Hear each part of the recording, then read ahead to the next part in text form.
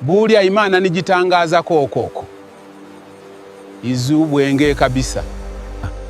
Yabujije abana bayo kurya kuri izi mbuto kweri. Reka nshake urubuto rutoshe ndyeho numve ko ziryoshe. Abana babantu nabo ntabwenge bagira no kuri.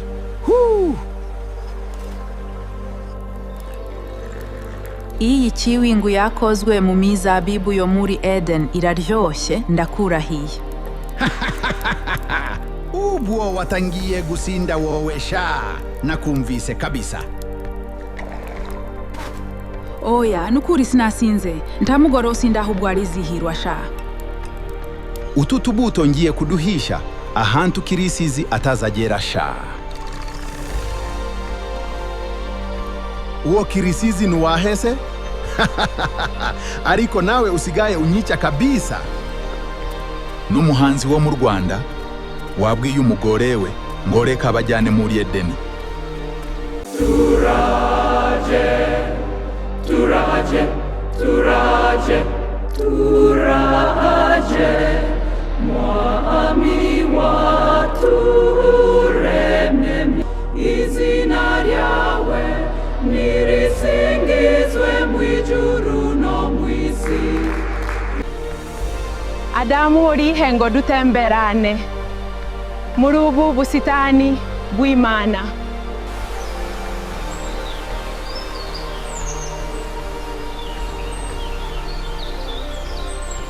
Mbega amazi meza Imana yaduhaye.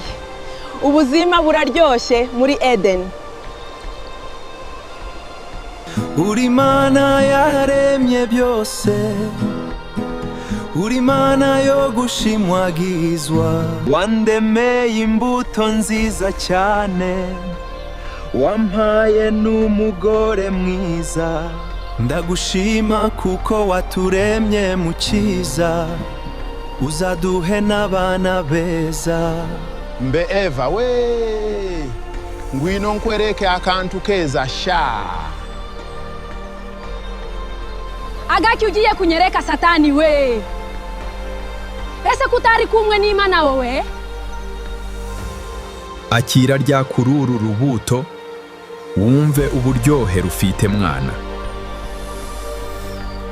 Urubuto Imana yatubujije kururiaho sha.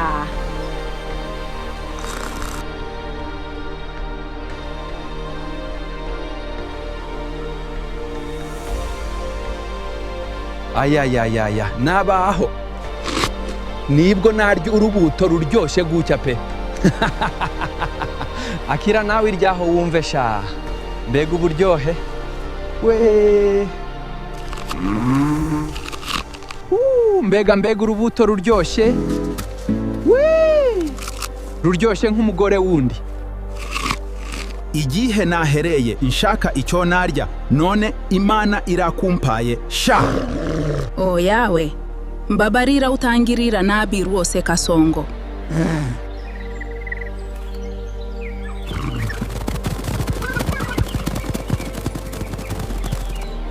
Hagarara ngo utatamure wacyohewe, ntabwo uranshikasha. Mbabarira Kasongo naguha kumupuri, ariko mbabarire rwose. Kapurize bene wanyu sha, ndakuria kuko ufite akanyama karyoshe.